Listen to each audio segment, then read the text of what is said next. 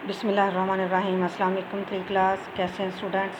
मैं उम्मीद करती हूँ सब ठीक होंगे और अपना काम रेगुलरली कर रहे होंगे। चलें बेटे उर्दू की बुक खोलें। जी, तो हम पढ़ रहे थे मुफ़क्किर पाकिस्तान और आज हम हमने उसकी तफ़हीम की थी और आज हम उसकी बाकी की एक्सरसाइज करेंगे।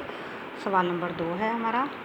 दूसरी वाक़ के गिर्द दायरा लगाएं। अल्लामा मोहम्मद इकबाल पैदा हुए, ये सारी आपके सामने डेट्स हैं, तारीख़ पैदाइश हैं। तो आपने जो इसमें सही है उस पर आपने टिक लगाना है। 10 नवंबर को, 9 नवंबर 1877, 9 नवंबर 1878 किसको हुए थे? 9 नवंबर 1877 को। इस पर टिक लगाइए। आगे है अल्लामा मोहम्मद इकबाल को तलाई तमगा मिला।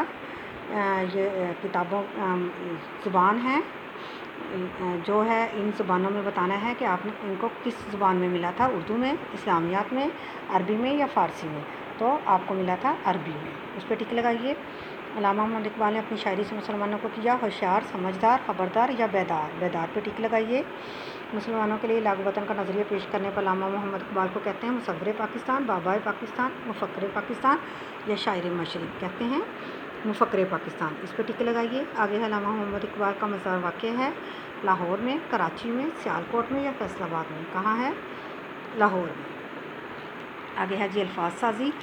ये है सक्ता, एक छोटा और मुख्तसर सा वक्फ़ा है जिसमें थोड़ा सा ठहर कर आगे जाना पड़ता है। ये अलामत जुमले के एक जुज़ को दूसरे से अलग करती है, इसको सक्ता कहा जाता है। ठीक है, अब हमने सवाल नंबर 3 करना है। इन अल्फाज पर एराब लगाएं और दुरुस्त लफ्ज़ के साथ पढ़ें। मुफ़क्किर, मीम के ऊपर पेश, फे के ऊपर ज़बर, काफ के नीचे ज़ेर और शाद ऊपर, रे पे जज़्म। तलाई, ते पे ज़बर, लाम पे अलिफ पे ज़बर, हमज़ा या ई पे नीचे ज़ेर।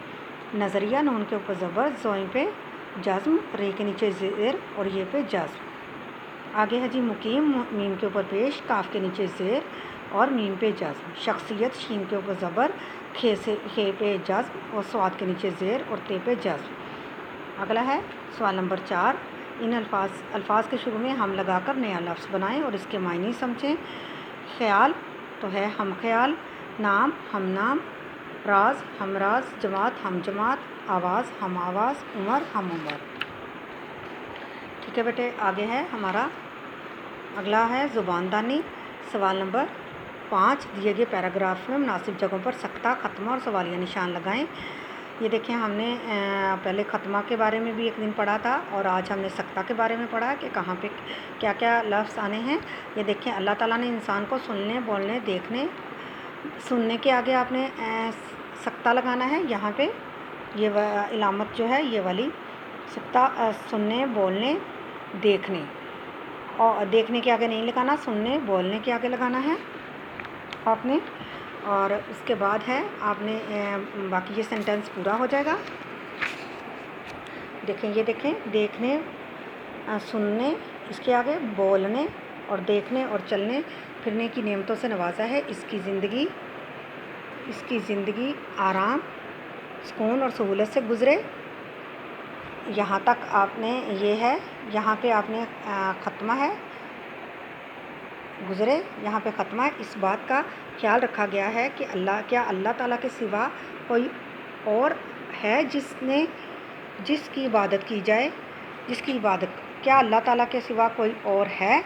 इस पे आपने सवालिया निशान लगाना है। यहाँ पे ये देखें, ये वाला जिसकी इबादत की जाए, हमने अपने अलावा दूसरे इंसानों का भी ख्याल रखना चाहिए। क्या आप भी ऐसा करते हैं? इसके आगे भी सवालिया निशान है। ठीक है जी बेटे, आज का हमारा काम यहाँ तक मुकम्मल हुआ और इंशाल्लाह नेक्स्ट डे जो है हम बाकी की एक्सरसाइज करेंगे। आपने इसको अच्छे से याद करना है, इसको समझ के फिर अपनी नीट कॉपी पे करना है। ओके जी, अल्लाह हाफिज़।